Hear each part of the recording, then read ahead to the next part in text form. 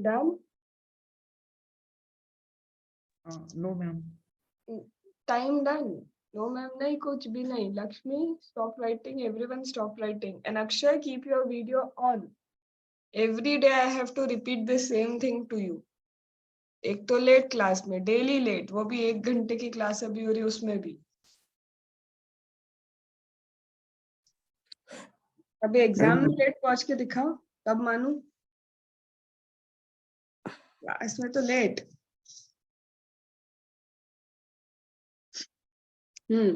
Send me the PDF. जितना लिखा है, just send me the PDF. I hope ऐसा लिखा होगा कि मैम एटलीस्ट पढ़ पाए.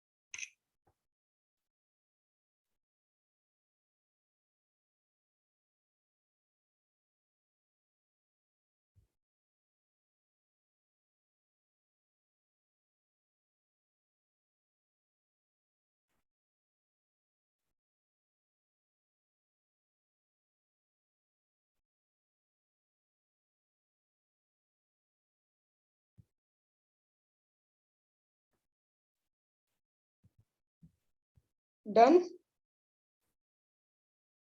Sure. So when you will be solving the questions, I will check your PDFs and will give you the revert itself, okay?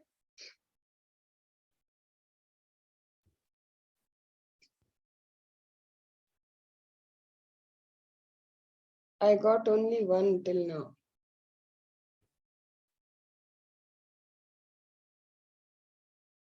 And send in the group. Individually नहीं send करो, group में send करो.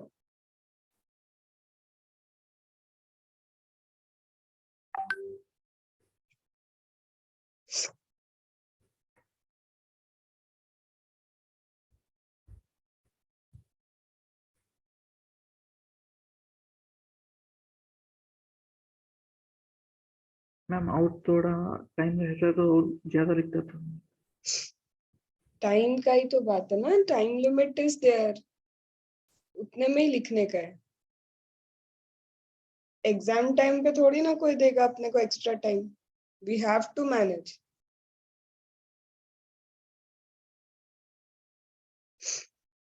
चलो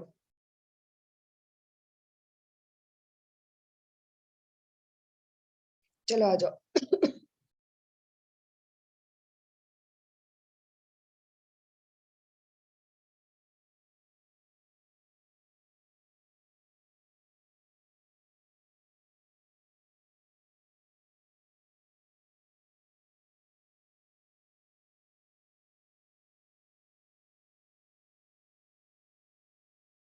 There is a change in tomorrow's class. That is now it is Sunday tomorrow, है ना? So there will be no DT class for tomorrow, but there will be IDT class. And before starting the questions of mega exemption, this value of supply, we have to complete mega exemption. Because when you will be coming to solve value of supply के question, you will find mega exemption के services in that. And ये class होने वाला है 3 hours. Okay, so we have to complete mega exemption. Ma'am इतनी जल्दी हो पाएगा क्या? The reason is इसलिए हो पाएगा because we have already discussed mega exemption with supply chapter. Supply में रेलिवेंट जहां जहां पे मेगा एग्जामिशन था वहां पर अपन ने कवर किया है. नहीं अगर कल कवर हो पाया, नो इशू, थोड़ा सा रख के पेंडिंग, मंडे को कवर करेंगे. But tomorrow we will start mega examination, then value of supply, mega examination, इन सबके questions we have to start. Okay, क्योंकि mega examination then I will be teaching you, mega examination के question में साथ साथ करवाती जाऊंगी, तो वो पेंडिंग नहीं रहेगा, क्योंकि उसके क्वेश्चन साथ में ही करने लायक है, वो उसी वक्त करके खत्म करने जैसा है. बट उसके क्वेश्चंस जुड़ते किसके साथ है? Value of supply, question number 1, question number 2. तो फॉर दैट रीजन पहले मेगा एग्जामिशन करना जरूरी है. ठीक है, चलो अब लास्ट पॉइंटर जो हमारे बचते हैं वैल्यू ऑफ सप्लाई का, एकदम लास्ट पॉइंटर्स है. अब वो क्या है वैल्यू ऑफ सप्लाई में? तो ये बोलता है वैल्यू ऑफ सप्लाई में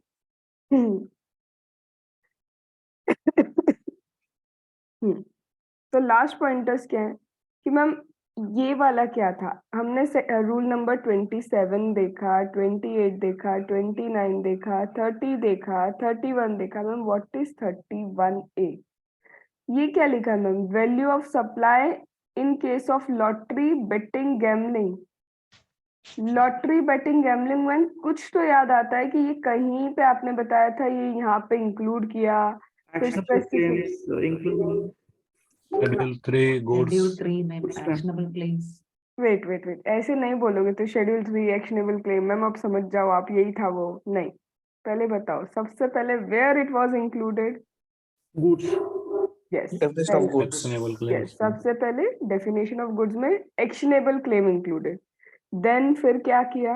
Schedule 3 में exclude किया गया. Schedule 3. Linkage with Schedule 3. Schedule 3 में एक्सक्लूड किया. किसको एक्सक्लूड किया? पूरे actionable claim. Lottery, betting, Lottery, gambling को gambling. छोड़ के. Except lottery, betting and gambling. तो यहाँ पे जब lottery, betting and gambling accepted, मतलब this is a supply, GST applicable on it. और जब जीएसटी लगता है तो जीएसटी लगाने के लिए what we need? Value of supply. तो वही बता रहा है कि वो लॉटरी, बैटिंग एंड गैम्बलिंग का उस वक्त भी बोला था ना, उसका वैल्यू ऑफ सप्लाई तुम्हें कहाँ मिलेगा? उसका वैल्यू ऑफ सप्लाई मिलेगा तुमको दिस चैप्टर, बोला था वहां पे भी. तो ये वही चीज है.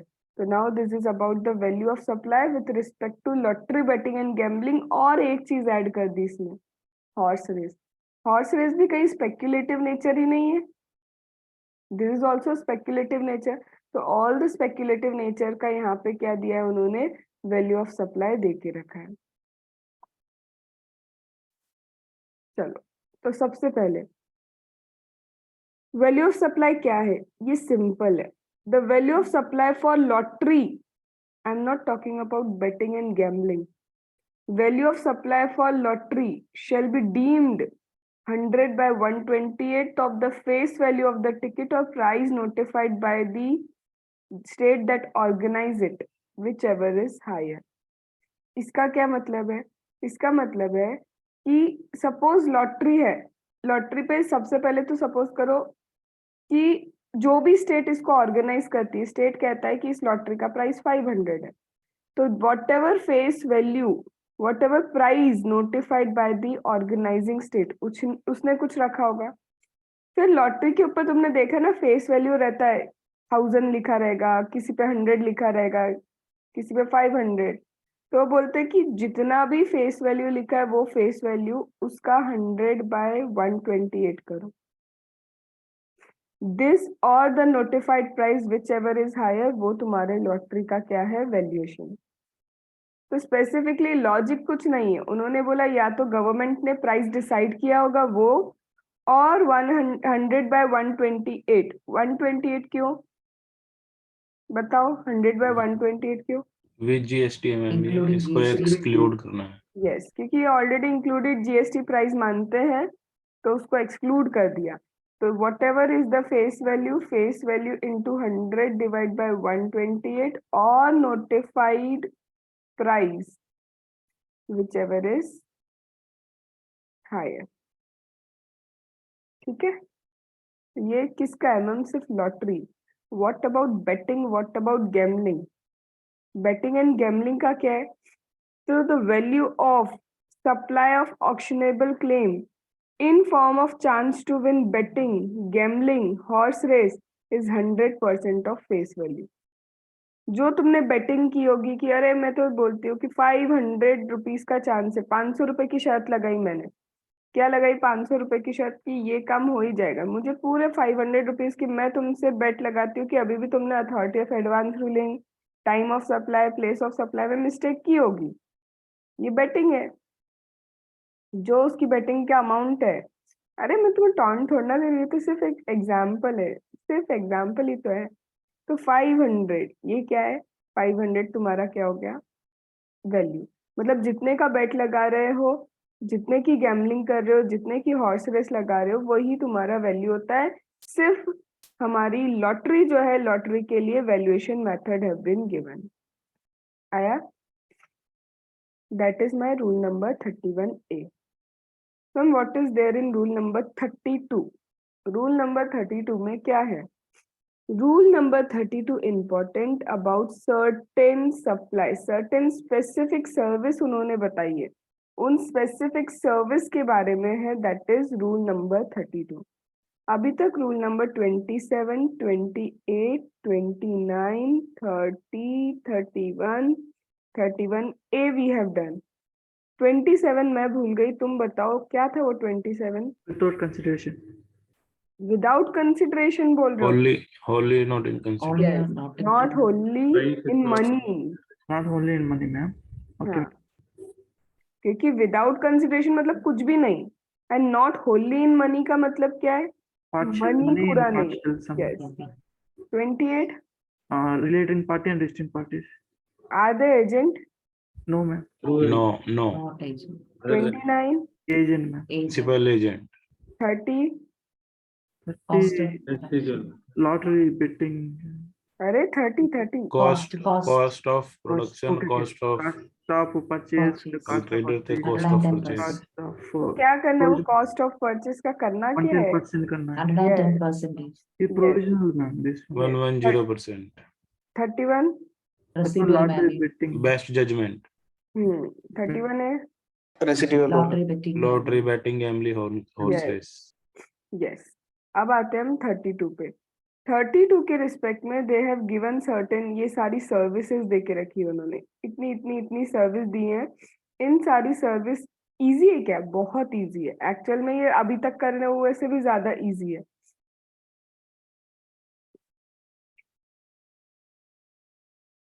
कौन कौन सी ऐसी सर्विसेज हैं जिसको वो क्या करते हैं यहाँ पे लेके चलते हैं तो यहाँ पे जो इन्होंने सर्विस लेके चले हैं क्या ये इजी है एज आई सेड ये बहुत इजी है अब इसमें ये क्या बोलते हैं एक मिनट में वो डायरेक्ट चार्ट ओपन करती हूँ तुमने ये बुक पढ़ी मतलब रीडिंग किया और अगर तुमने एक्चुअल में इस बुक Ma'am. से रीडिंग किया तो तुम्हें समझ में आई this book is actually very good for GST Which book, ma'am? अरे ये तुम्हारी study material Mean we are following author book as well as study material, ma'am. That's the reason I asked. Only बांगर we will follow for questions Provision also is good for the. that is only for the purpose of revision Abdul I already told value of supply ki reading you have to do from study material this is our main reference book for understanding every concept but when it comes to question use Bangar because Bangar has all the past ke questions also ठीक है चलो now what are the certain specific services that they have included here.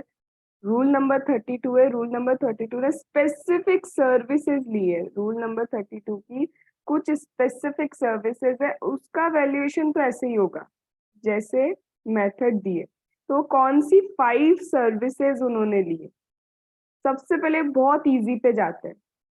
Booking of ticket of for air travel. Air travel ticket book करता है कौन? Air travel agent. Air travel agent से whenever you से कि मेरे को ticket book कराना है, तो एक चीज बताओ, क्या इंडिया के लिए टिकट बुक होगी? नहीं. एयर ट्रैवल करना है तो एयर ट्रैवल 2 तरह से हो सकता है, एक डोमेस्टिक और एक क्या हो सकता है? इंटरनेशनल. तो एयर ट्रैवल टिकट बुक करवा रहे हो, किससे बुक करवा रहे हो भाई? एयर ट्रैवल टिकट तुम एयर ट्रैवल टिकट बुक करवा रहे हो तुम्हारे एजेंट से. तो एजेंट जब एयर ट्रैवल टिकट बुक करता है तो it could be domestic, it could be international. तो मैम ये सर्विस दे रहा है ना, booking of the ticket. Booking of the ticket is service, है ना? तो मैम वो सर्विस की वैल्यू क्या होगी? What will be the value of that service? तो बोलते हैं उस सर्विस की वैल्यू में मैम दिक्कत क्या है? वो जितना चार्ज करेगा मान लेंगे. समझ रहे हो मेरी प्रॉब्लम? में समझा मतलब कोशिश कर रही हूँ कि तुम समझो कि सपोज क्या है, ये बंदा एजेंट है, मैं भी जाती हूँ उसके पास टिकट बुक करवाने, ये भी जा रहा है, ये भी जा रहा है, ये भी जा रहा है, बहुत सारे लोग टिकट बुक करवाने जा रहे हैं, इतने सारे लोग हैं. ठीक है, मैं जाती हूँ डोमेस्टिक के लिए, लक्ष्मी जाती है इंटरनेशनल के लिए, जया जाती है इंटरनेशनल के लिए, अब्दुल जाता है डोमेस्टिक के लिए. सब अलग अलग अलग and places are also different. ये भाई साहब सबके लिए अलग अलग चार्जेस लेंगे. इनकी सर्विस का चार्ज डिफर करेगा according to the place, even according to the person. वो बोलते हैं ना, इंसान को देख के टीका लगता है. तो पर्सन के हिसाब से भी वो क्या करेगा, कमीशन हो सकता है अलग चार्ज करे. अब जीएसटी डिपार्टमेंट की दुख समझो ना, वो कब आके देखते रहेंगे? तुमसे अकाउंट थोड़ी ना बनवा सकते कि किससे कितना commission you have charge. GST department के लिए तो मुसीबत है ना कि उनको कैसे पता चलेगा कि कितना चार्ज कर रहे हो. चलो वो तो छोड़ो, और एक प्रॉब्लम, ये सिर्फ एजेंट है. ये क्या है? This is only agent. अब मुझे क्या है, मुझे जनरली लगता है इंदौर के पुणे का टिकट, बस. जनरली मुझे कहाँ से कहाँ तक लगता है? इंदौर पुणे. अब इंदौर पुणे की क्या एक ही फ्लाइट है? एयर एशिया अलग है, इंडिगो अलग है, अलग अलग फ्लाइट्स है. अलग अलग फ्लाइट की टिकट का प्राइस थोड़ा बहुत तो वेरी करता है. फिर वो एजेंट को एक मिनिमम बार बताते हैं कि इतने तक यू हैव टू सेल, इसके ऊपर सेल करो वो तुम्हारा. Are you getting? कंपनी क्या करेगी? एयर एशिया ने बता दिया कि देखो टिकट का प्राइस इज 5000, बट मिनिमम तुमको क्या करना है, तुम 3000 से नीचे उसको सेल कर ही नहीं सकते. पेटीएम पे देखोगे, रेड बस पे सॉरी पेटीएम पे देखोगे, तुम किसी और होपर्स पे देखोगे, तुम्हें हर जगह प्राइस थोड़े से वेरी करते हुए दिखेंगे टिकट के. क्यों? क्योंकि मिनिमम डिसाइड करके दे दिया इतने में सेल करना है, उसके ऊपर तुम्हारी इच्छा, तुम टिकट को इतने के ऊपर बेच सकते हो. दोनों चीज का अपर और मिनिमम का बार होगा. अब ये हर जगह तो अलग अलग चार्ज हो रहा होगा ना. तो ऐसे कैसे अकाउंटिंग होगी और पता चलेगा कि एक्चुअल में कितना जीएसटी पे होना चाहिए, कितना वैल्यू होना चाहिए? Are you getting the actual problem? सबको समझ में आया प्रॉब्लम क्या है इसमें? तो जब प्रॉब्लम ऐसी है तो फिर कुछ एक प्रॉपर सॉल्यूशन चाहिए ना. किसको बोलूं मैं? ये यूनिफॉर्म सॉल्यूशन चाहिए कि इतना सारा अकाउंटिंग तो एक एजेंट नहीं कर पाएगा. तो we need a uniform solution. तो उन्होंने बोला सुनो, कुछ तो बेसिक फेयर होगा तुम्हारा. मैम बेसिक फेयर क्या होता है? जिसपे एयरलाइन वाले हमको कमीशन देते हैं ऑन सेल ऑफ टिकट. जब हम टिकट सेल करते हैं तो एयरलाइन वाले हमको कमीशन देते हैं, तो वो बेसिक फेयर उठा लेते हैं. वो बेसिक फेयर का 5% और 10%. अगर डोमेस्टिक टिकट है तो 5% ले लेंगे तुम्हारा वैल्यू ऑफ सप्लाई, और अगर ये इंटरनेशनल टिकट है तो 10% will be the value of supply. So whatever is the basic fare, उसका 5% will be the value of supply for domestic and 10% will be the value of supply in case of international. Understood? तो ये क्या हो गया हमारा ticket booking के लिए. This is for the purpose of what? Ticket. वो ये हो गई मेरी नंबर 1 सर्विस। आया?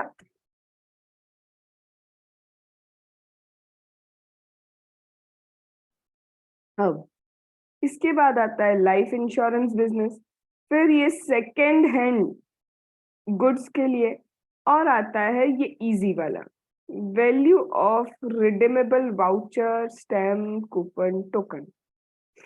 अब इसका मुझे समझाओ, ये कहीं पे तो फिर से हमने ये वाउचर वाली चीजें कहीं तो समझी थी, time of Time of supply. supply. Time of supply में वहां था, अगर तुम्हें पता है कि किस चीज के लिए रिडीम होगा तो व्हेन यू विल इशू, वही तुम्हारा time of supply.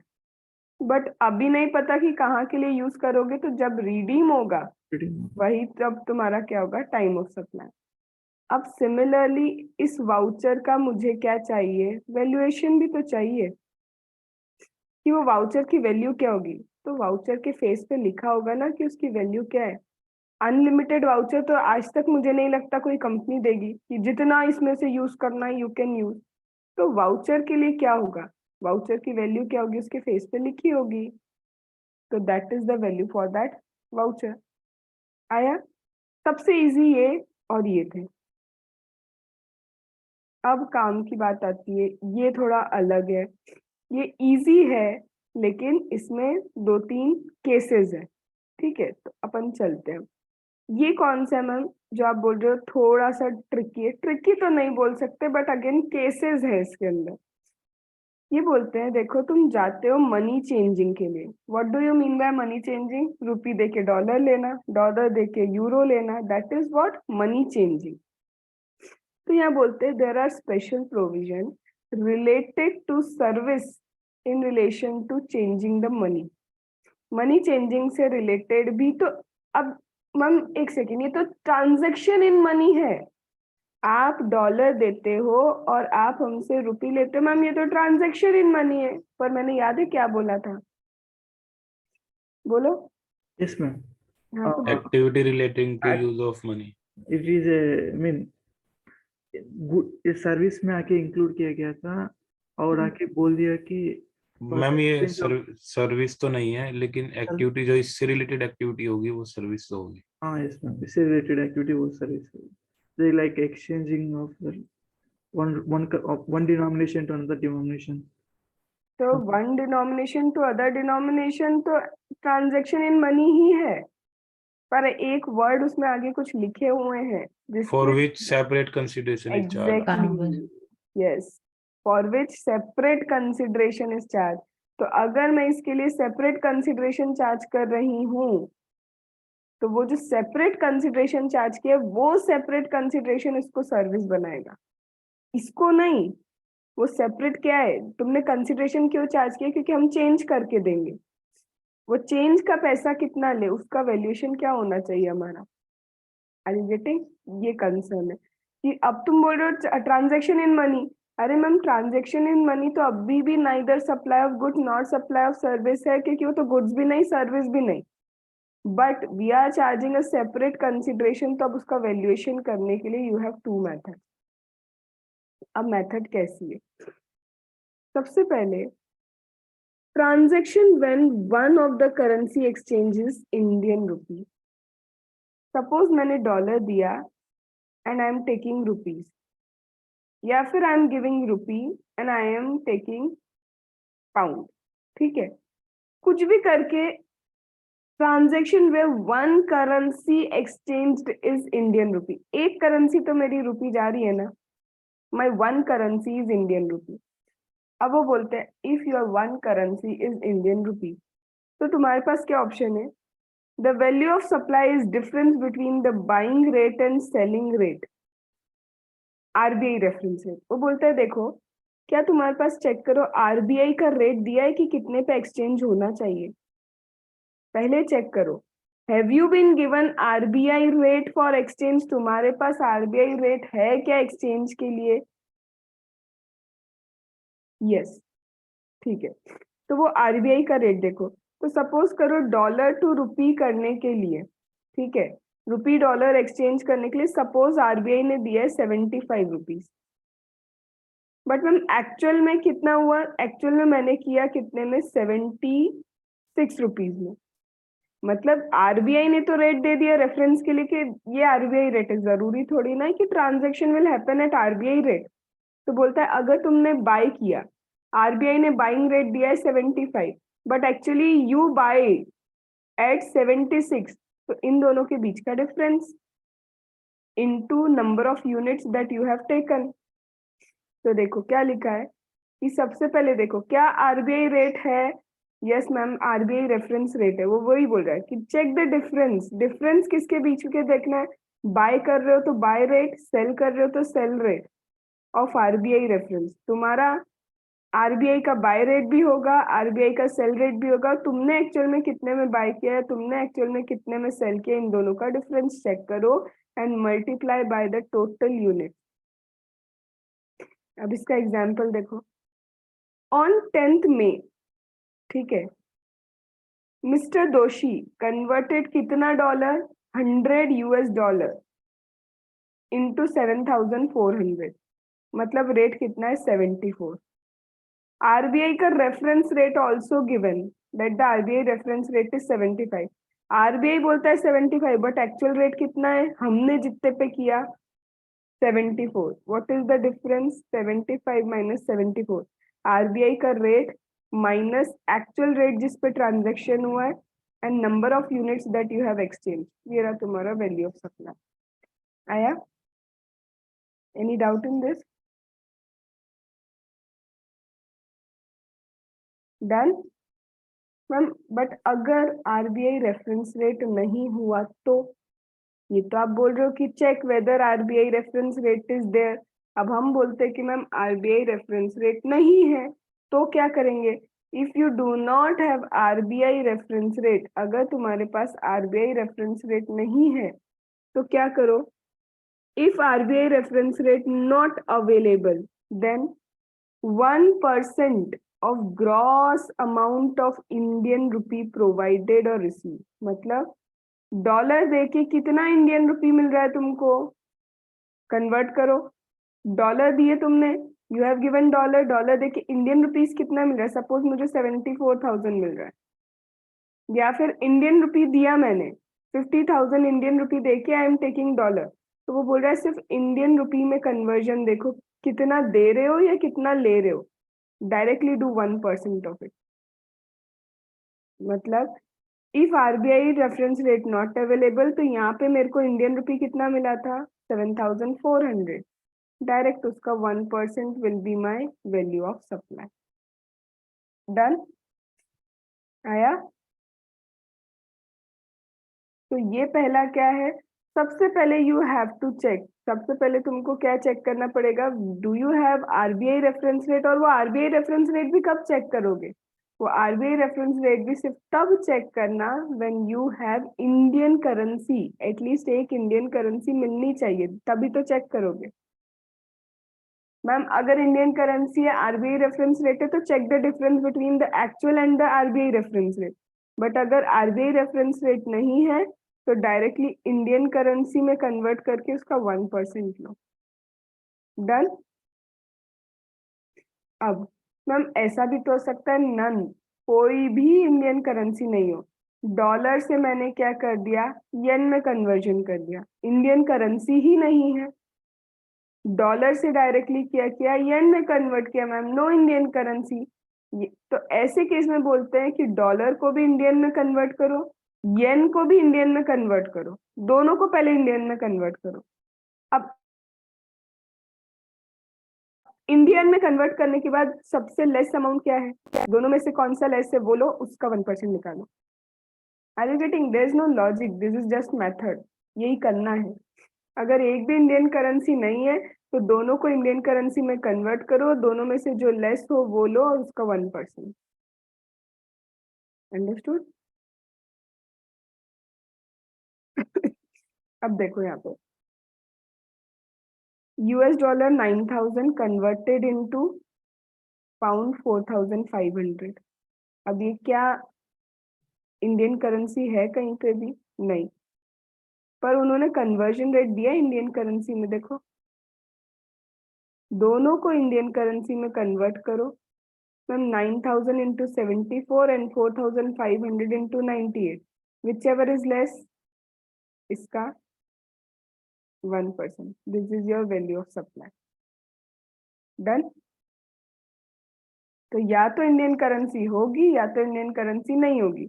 Indian currency होने के बाद भी या तो आरबीआई का रेफरेंस रेट होगा या तो आरबीआई रेफरेंस रेट नहीं होगा। ये लर्न करने का, learn learn learn learn learn आएगा, क्वेश्चन आ सकता है।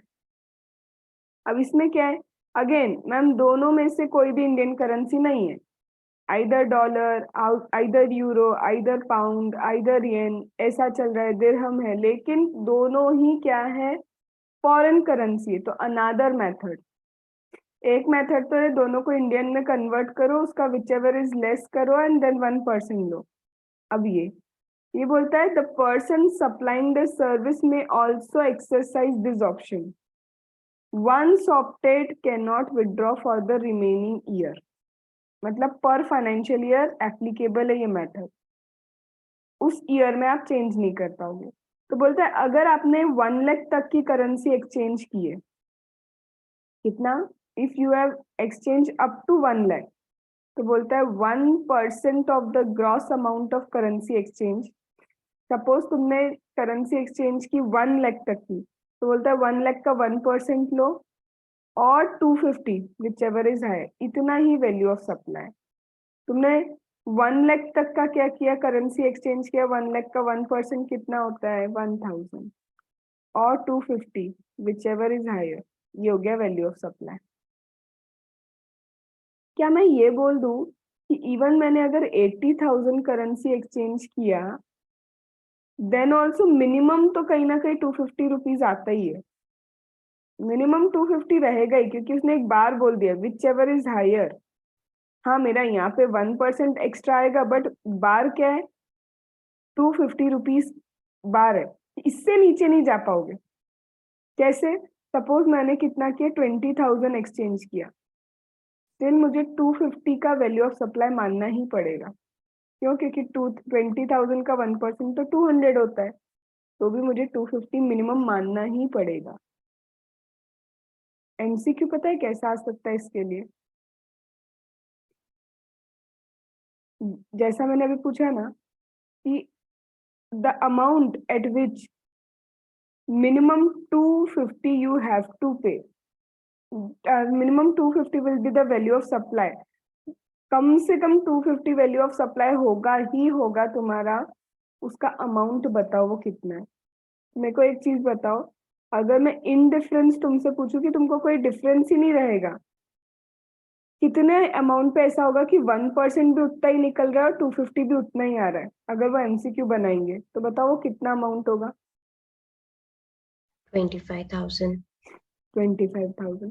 पर पता है क्या है, यहाँ पे समझ में आ रहा है, वहां पे हम सोच रहे होंगे ये इंडिफरेंस क्या है। Are you getting? तो वो वही बोल रहा है, इंडिफरेंस है तुम्हारे लिए, चाहे 1% देखो चाहे ये देखो। फिर इसके नीचे 24,000 पे चले जाओ, 23 पे चले जाओ, और वो बोलेंगे इसके नीचे एकदम तुम्हारा फिक्स्ड है, value of supply will be fixed, तो वो कितना होगा 250। मैम इसके ऊपर 25,000 के ऊपर माय वैल्यू ऑफ सप्लाई इस पे जाएगा, समझ रहे हो? तो ऐसे फ्रेमिंग हो सकती है। फिर मैम अगर मोर देन 1 लाख है but up to 10 lakh, more than 1 lakh but up to 10 lakh, more than 1 lakh but up to 10 lakh, तो देखो 1 लाख तक का तो ये फिक्स हो गया ना 1000, ये 1 लाख तक का तो फिक्स है 1000, तो 10 लाख में से 1 लाख माइनस करो, उसका अब 0.5%, ये हो गया तुम्हारा वैल्यू ऑफ सप्लाई अगर above 1 lakh you exchange but up to 10 lakh. Ma'am अगर अबाउ 10 लाख है तो अबाउ 10 लाख भी करते हो तो देखो 1 लाख का कितना था 1000, यहाँ पे कितना बच रहा है 9 लाख बच रहा है ना, 10 लाख माइनस 1 लाख, इसका 0.50 कितना होता है 4,500, है ना, 4,500 प्लस 1,000 ये वाला, तो ये हो गया ना ये ये कहाँ तक का ले लिया, इसका मतलब उनने value of 10 supply lakhs. 10 lakh तक का ले लिया, मतलब 10 लाख के above whatever is the amount, उसमें से 10 लाख माइनस कर दो, उसका 0.1% और 60,000 विच एवर इज लोअर। मतलब ये तो हो गया तुम्हारा 10 लाख का, 10 लाख के ऊपर के लिए 0.1% और 60,000 विच एवर इज लोअर। ये slab you have to learn. अब लर्न करने का तरीका कैसा है, जब तुम शुरुआत में आओगे तो हायर है, जब तुम एंड पे जाओगे तो लोअर है, जब तुम स्टार्टिंग पे आओगे तो हायर है और एंड पे जाओगे तो लोअर है। स्टार्टिंग में 1% है, एंड में 0.1% है। स्टार्टिंग में 1 है और एंड में 0.1 है, ठीक है। और बीच में हाफ, बीच में क्या है, हाफ। एक बार लिख के देखो जल्दी से इसको बिना देखे। थोड़ा सा एक्सटेंड कर रही हूँ क्लास, मैं आज कंप्लीट कर रही हूँ इसको वैल्यू ऑफ सप्लाई को।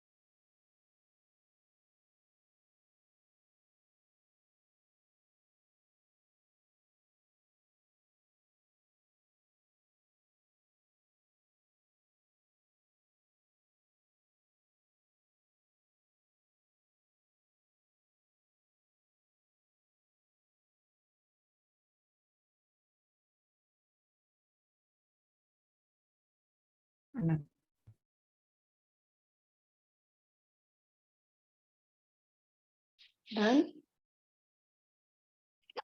So this is with respect to your foreign exchange. अब ये कौन सी सर्विस कंप्लीट की हमने, फॉरेन एक्सचेंज।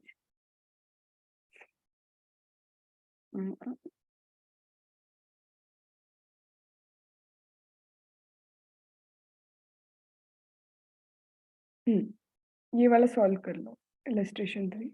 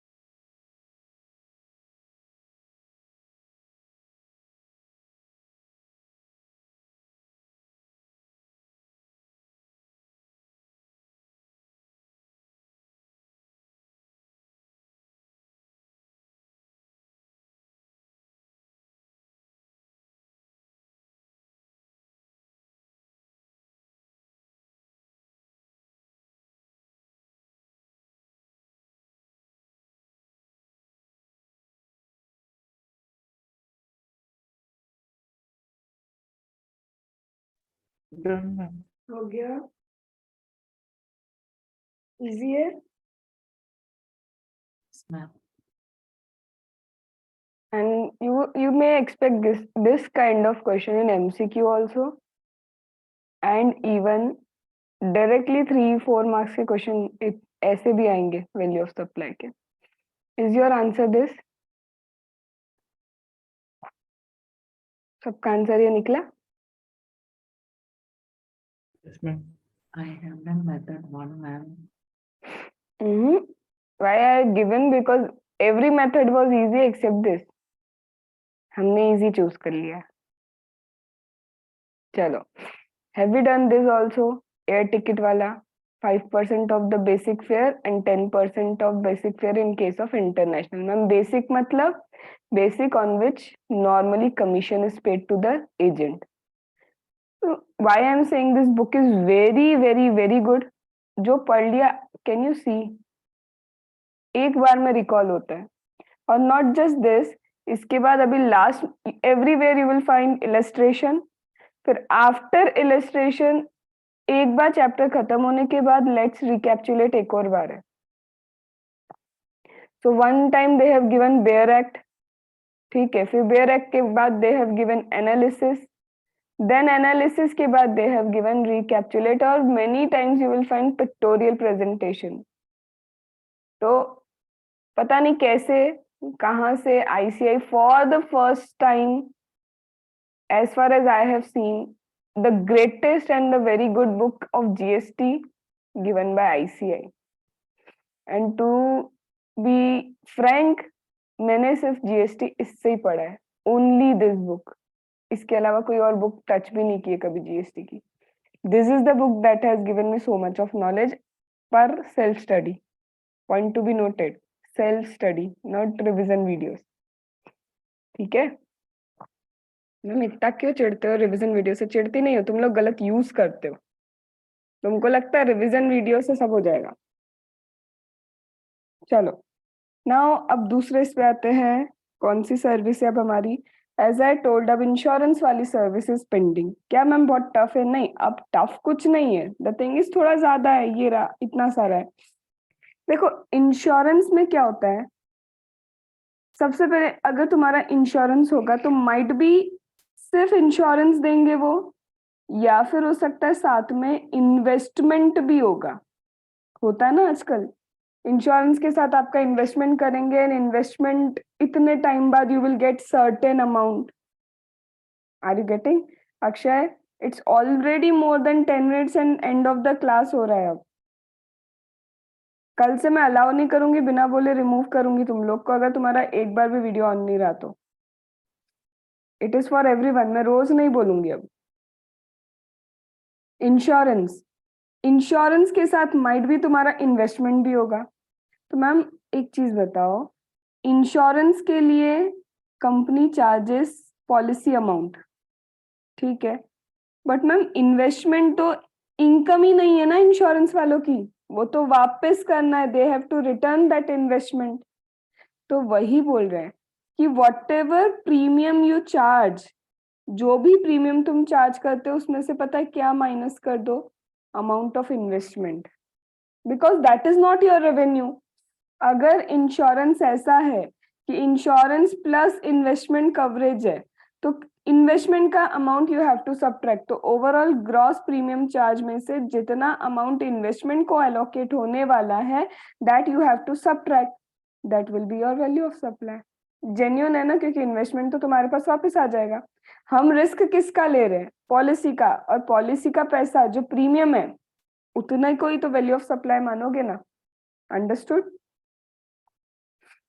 अब मैम और भी है, प्रीमियम वन टाइम भी पे होता है, प्रीमियम ईयरली भी पे होता है, क्वार्टरली भी पे होता है. तो if it is single premium, तो सिंगल प्रीमियम का direct 10%, 10% of the single premium जहां पे कोई इन्वेस्टमेंट वगैरह नहीं है, direct 10% you have to take.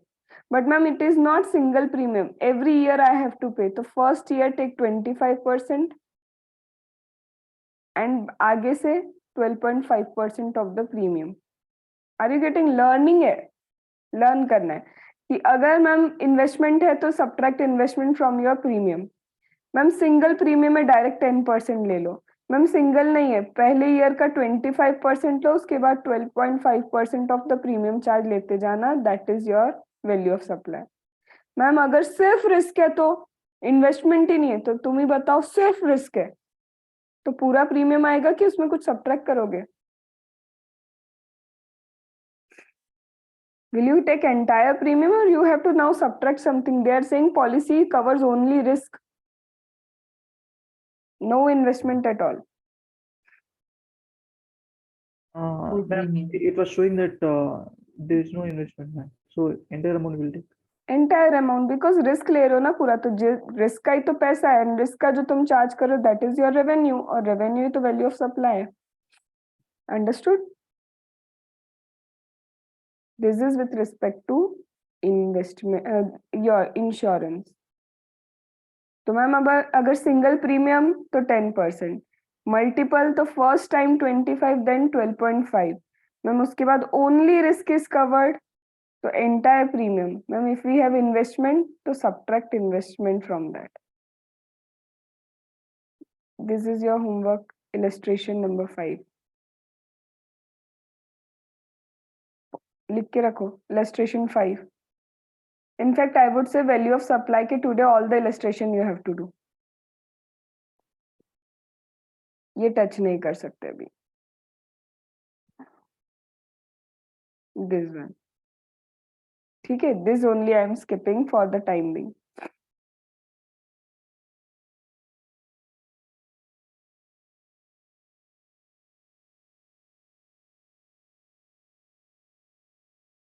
Ma'am ये क्या है? वाउचर वाला that we have done. Voucher में क्या होगा? Value of the token which is redeemable against supply of goods और सर्विस। तो ये टोकन की वैल्यू क्या होगी? Whatever return on the token, जो टोकन पे लिखा होगा वही उसकी वैल्यू होगी। 1500 का टोकन दिया तो 1500 is your the value. Voucher वाला भी किया था ना, ये वही वाला है कि वाउचर पे जो वैल्यू लिखी होगी वही तो वैल्यू होने वाली है। That is it. अब now this rule number 33 ultra important, क्योंकि तुमको ये समझ ही नहीं आने वाला।